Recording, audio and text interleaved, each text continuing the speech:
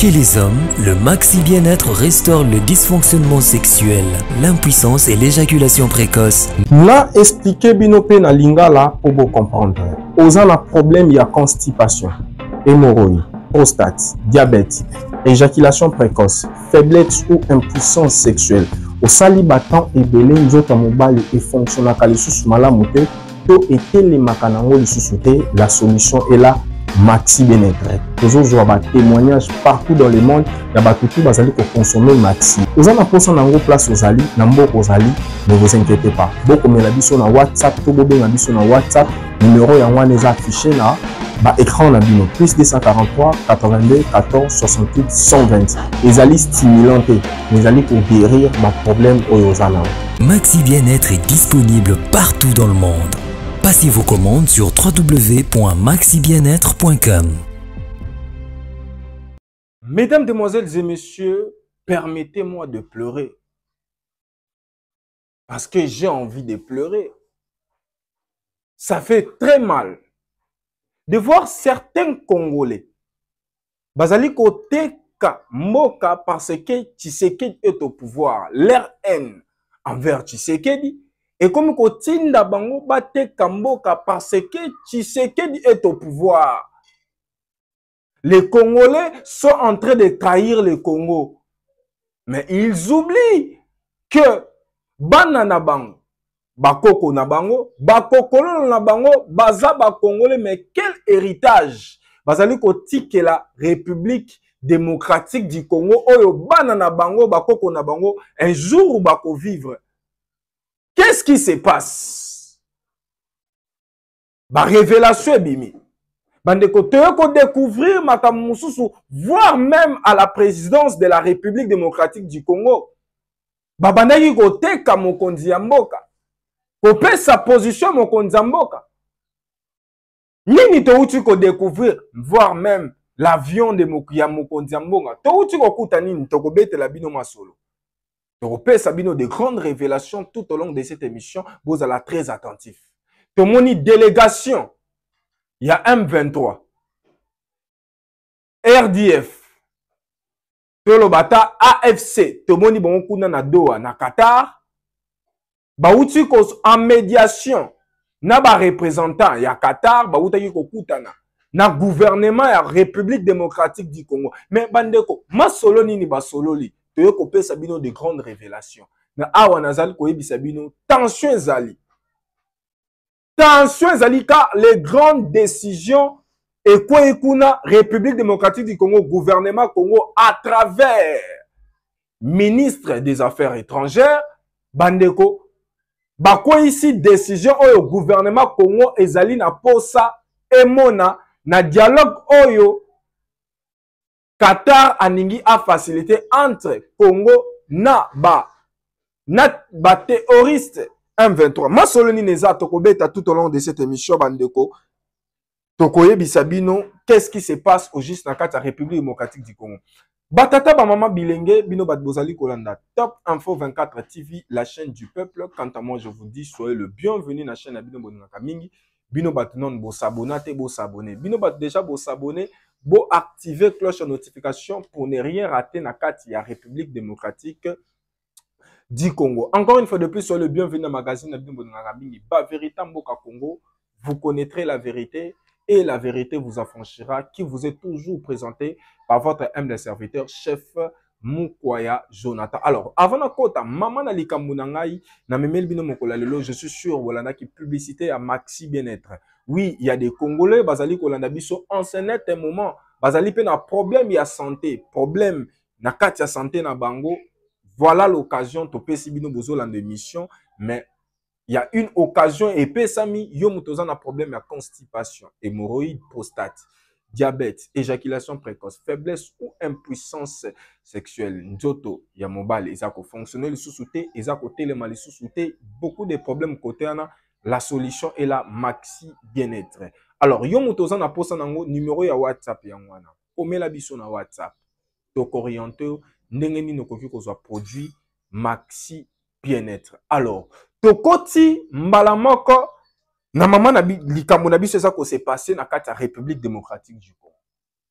Mesdames et messieurs, la réunion entre la délégation du RDF M23 et le gouvernement congolais représenté par les ministres des Affaires étrangères,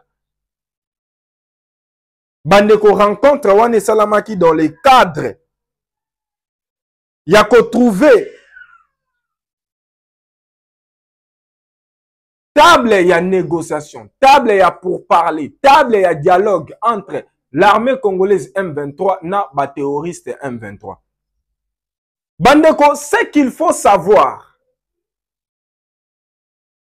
na réunion wana gouvernement congolais, liboso, il y a délégation, il y a Qatar, liboso, il y a délégation M23, boyoka, décision oyo gouvernement ya Congo ezui oyo bazana posa M23 basalila ba espera ki ndenge bako isi Goma, ba espera ki ndenge bako isi Bukavu, ba espera ki ke mokonza mboka kozala panike akokene na bango mbala moko na dialogue bamona ba brassage mixage, mais mokonza mboka na esprit ya oyo azanango, il ne peut jamais trahir le Congo. Alobi azako yoka atini délégation ba yoka ba M23, mais ba M23 na makambu bako senga na makambu azanango posa bayeba ke gouvernement congolais balobi boye boyoka nanga ensemble au gouvernement congolais balobi liboso yaba autorité ya Qatar, liboso ya délégation ya Rwanda na M23 bandeko boyoka ba décision oyo gouvernement congolais alobi oyo bazana posa M23 basalila. Première des choses, bokoyeba exigence du gouvernement congolais. Ayebisi bango, le gouvernement congolais bazana posa bamona retrait immédiat et inconditionnel. Il y a M23 dans les zones occupées. Ezana Bukavu, ezana Goma, ezana Bunagana. Gouvernement congolais balobi que non, ba M23 basala nini babima. Deuxième des choses, désarmement progressif via ba M23. Balobi que non, les M23 basala désarmé. Retrait na bango et salama que ba M23 basala désarmé. Troisième des choses, République démocratique du Congo a lobby qu'il n'y aura pas de brassage, il n'y aura pas de mixage. Ba espérer que brassage na mixage est alaté. Parce que revendication ba M23, liboso ya ba autorité à Qatar, ba M23, revendication na bango ezanini. Liboso ya ba autorité à Qatar, liboso ya gouvernement Congo ba M23, revendication na bango ezanini. To ke tozo ke nabino malem mais pour comprendre la situation sécuritaire. Oyo ezali ko se passer na kati ya République démocratique du Congo. To komi wapi, toza wapi, toza ko kende wapi. Ba M23 ba revendiquer bazali ko senga garantie ya sécurité na bango avant ba se retirer na ba local bandimi ba se retirer na ba zone nyonso bazali ko occuper, mais ba sengi garantie ya sécurité na bango avant ba se retirer. Deuxième des choses, les M23 insistent sur une représentation politique au sein des institutions congolaises. Ba M23 bazo insister que ba kota na kati ya ba institution congolaise avant ba se retirer, revendication na bango. Troisième, les M23 demandent une amnistie générale pour les combattants et leaders du M23. Kotoyo Kotoyo, né République démocratique du Congo, niveau bazalina M23 yango. Kuna na kati ya Qatar. Pour que ba Qatarien va comprendre, je vous donne une révélation. Qatar, émir ya Qatar, va verser 600 millions de dollars. Je vous parle de 600 millions de dollars chaque année na Rwanda. Parce que pour na bango, Rwanda dribla ki bango ke or et outa ke pa na bango. Alors, pression mokonza mboka azali kosala, o boyebi ke mokonza mboka, il y a d'autres pays bazali ko proposer partenariat. Basana bango partenariat pour ete bakene na guerre na Rwanda. Ceux qui ba gagner guerre Rwanda, République démocratique du Congo a coopéré na bango na marché ya ba minerai ya Congo. So, ba Qatari na ba américain bazali komona ke non, ceux qui République démocratique du Congo et que guerre na Rwanda et que Rwanda est perdre. Bango pe bazo risquer ba perdre ba biloko ya valeur na kati ya République démocratique du Congo. D'où il faut sikoyo ba jouer neti arbitre. Bazala ni kota Rwanda ni kota Congo, mais ba mekoluka trouver solution entre ces deux pays de façon que ba perdre eloko moko te na kati ya République démocratique du Congo. Masolo toza nango awa kuna na kati ya Qatar yango. Tinenge Qatar a accepté à jouer médiation entre Congo na Rwanda, c'est parce que États-Unis mutu asengi exigence. Nakopesa bino indice. Tant le président de l'Ukraine a que États-Unis bas solo sur dialogue na Russie. Tant que simbité. Bomoni que États-Unis, même Qatar, États-Unis et sengi va poursuivre ma solo na kuna na kati ya Qatar. C'est uniquement pour vous dire que États-Unis a s'imposé dans makambo ya Est pour ne pas perdre le Congo. Ko perdre Congo et ça ko perdre colbat ya mokili. Ko perdre cuivre ya mokili, tétal, uranium ya mokili. Ko perdre Congo. Yango nema solé za na kati kuna ya Qatar. C'est qu'il faut savoir. Kagame pe koto yo bandeko. Awa ma solé bandi. Ma solé zawa. Bon, voyez la situation de sécuritaire, il y a République démocratique du Congo, oyo boyebi na oyo boyebi te. Kagame a eu pression. Il y a le monde entier. Parce que mon Kwantombolo Félix Antoine Tshisekedi Tshilombo Momai, à la kisina mukili mobimba ke non, que guerre bazali komona, eza nango ba Congolais te, bazo utiliser ba Congolais neti ba nanga, neti ba Kabila, ba marionnette. Bazo utiliser bango pa Rwanda azali ko armer bango mokonza mboka exposé na misu na biso mokili na misu na biso ne bomoni ke mokonza mboka a exposé Kagame mokili mobimba côté mususu Kagame aza kozwa pression ya mokili. Il y a eu des désaccords ba accord oyo Rwanda signé ki na ba pays mususu ba pays wana ba se retirer entre Grande-Bretagne, Belgique, Allemagne. Les accords ba signé ki na Rwanda sur le développement Rwanda ba banaki ko verser ba millions de dollars na Rwanda ba se retirer. Kagame alobi ke non, pression ezali koleka. Awa biso pouvoir nangana à venir à Rwanda eza en jeu. Qu'est-ce qu'il faut faire? Kagame avait bel et bien exigé na Kabila. Ye mutatinda ki bananga ba kene kuna na ba M23 a exigé bango te. To comme maintenant na période bomi bimisa. Que bino pe mutu boza na kati ya masolo. Yango bomoni Kabila. O baba yango benga ye professeur ya université ya Kara. O baba yango benga ye ke nzambe ya 12. Yene mokonzi ya wenge. Kabila komi ko bima. Akomi na ye koloba pamba. Biloko Kabila komi koloba. Aza même ko maîtriser yango te. Il y a d'autres pays mususu bazoka mais wana ancien président ya République démocratique du Congo. Akomi biloba loba boyendenge nini.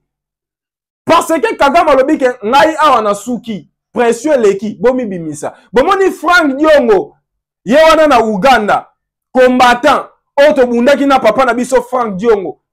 Ba image o boza komona, ngai wana chef mukwa ya na Frank Diongo, tala très jeune. Biso elongo na ba Frank Diongo na ba marche. Mais lelo Frank Diongo, likolo ya haine o aza nango envers Félix Tshisekedi.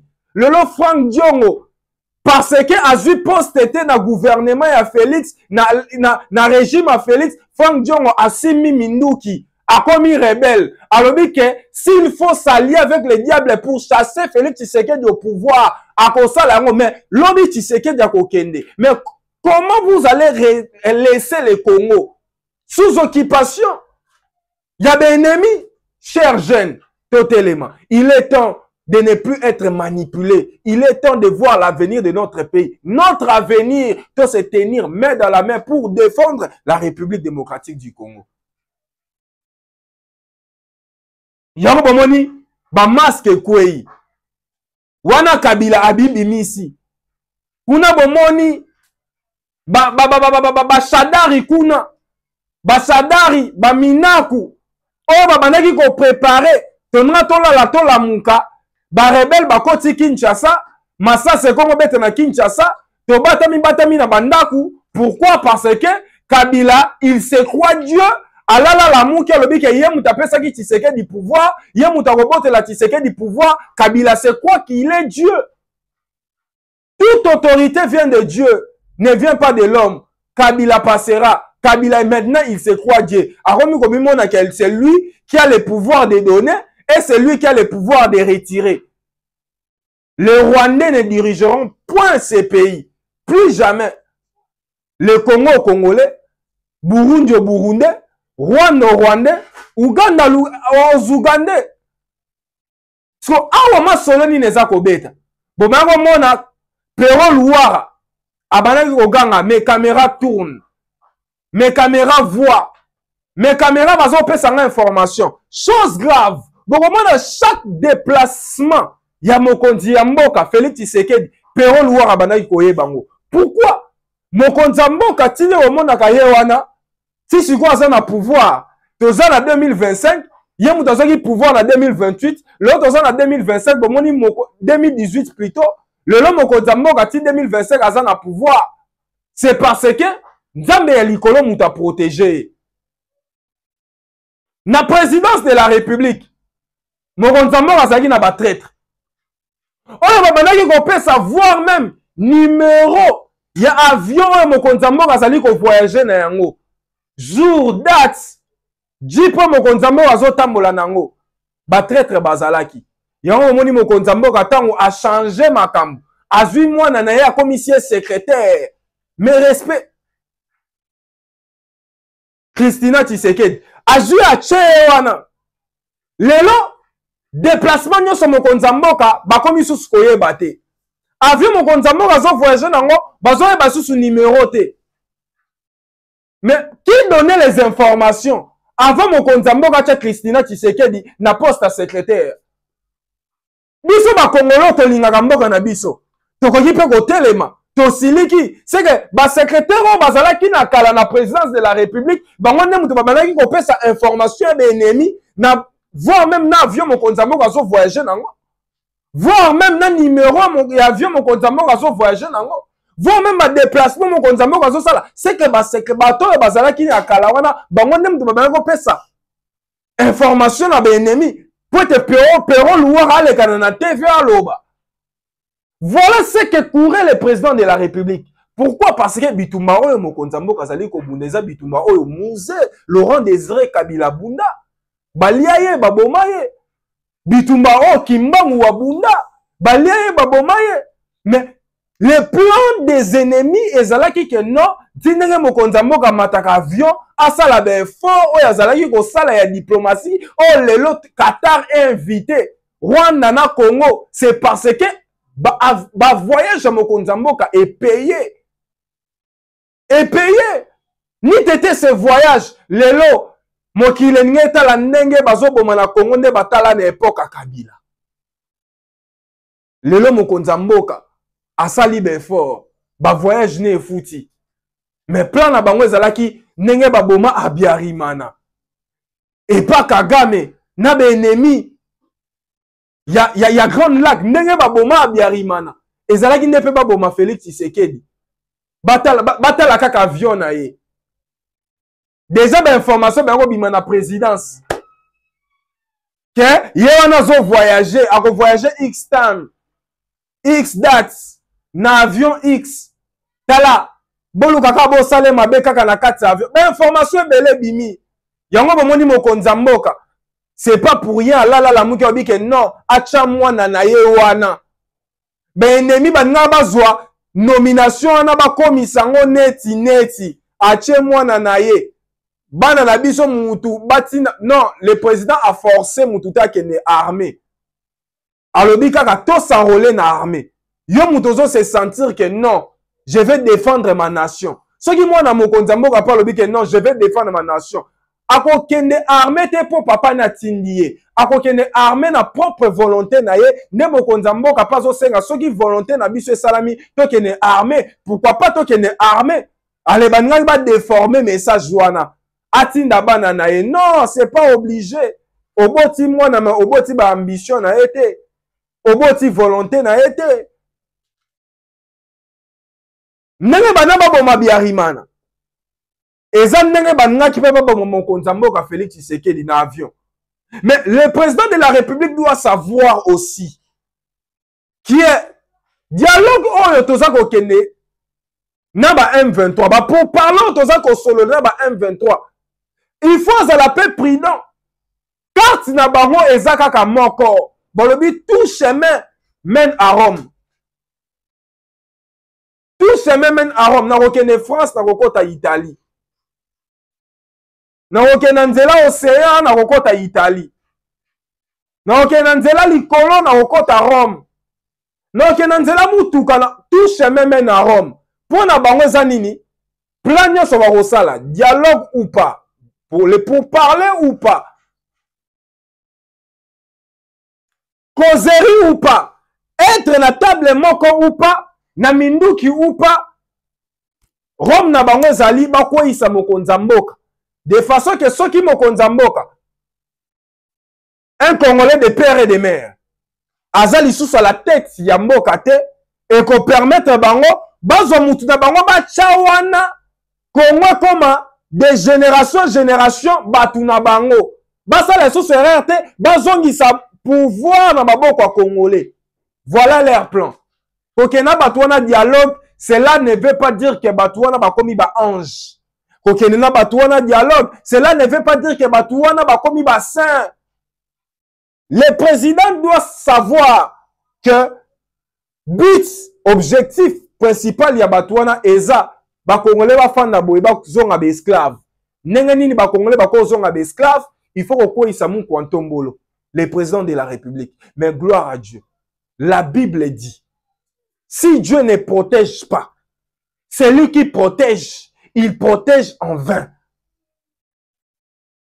Alors, comme le président de la République est protégé par Dieu, il n'est pas protégé par les hommes. Il est protégé par Dieu.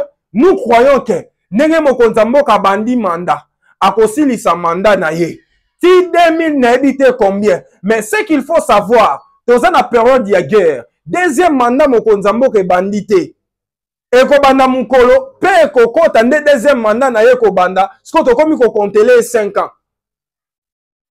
Tant qu'il y a la guerre, to za ko compter mandat, to silisa nanu, dans un pays sérieux, ceux qui bitu mezali, ba Congolais nyonso, bana mboka nyonso ba ko se réunir.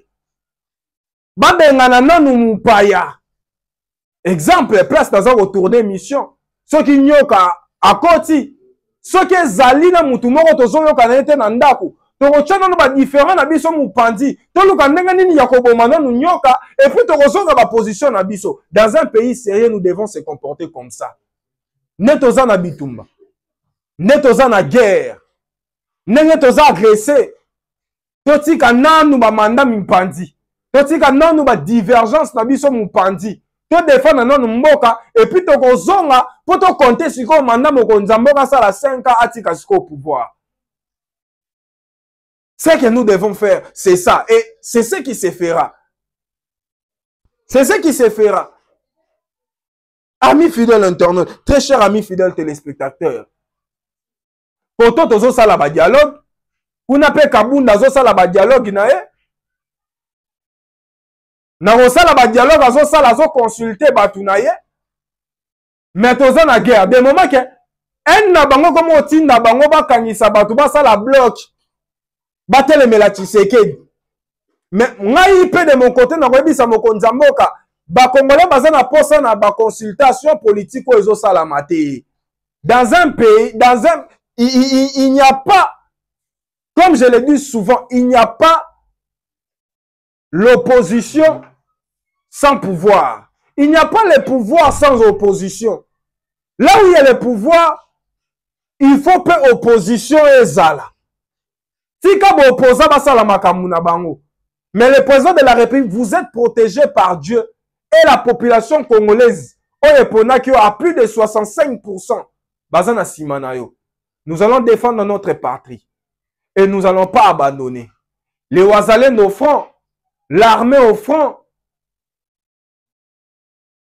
autorité et la diplomatie, biso na numérique, tozali ko bundela mboka, République démocratique du Congo. Quant à moi, je vous dis, c'est ici que vous connaîtrez la vérité et la vérité vous affranchira. Alors, beau s'abonner. Bino bat beau s'abonner déjà. Merci beaucoup. Bino bat déjà beau s'abonner. Merci beaucoup. Beau kene ko activer cloche de notification. Na se a vidéo. Beaucoup monde va dessiner ngonga moko wana cliquer na ngongana fina place ba komi toutes. Cela va vous permettre de ne rien rater. Na makambutu et ça s'est passé na kati ya République démocratique du Congo. Quant à moi, je vous dis bon chala, c'était votre humble serviteur, chef Mukwaya Jonathan. On se retrouve au prochain numéro avec le même ambiance, même révélation, même information. Rien ne va changer. Bye bye. À très bientôt. Merci.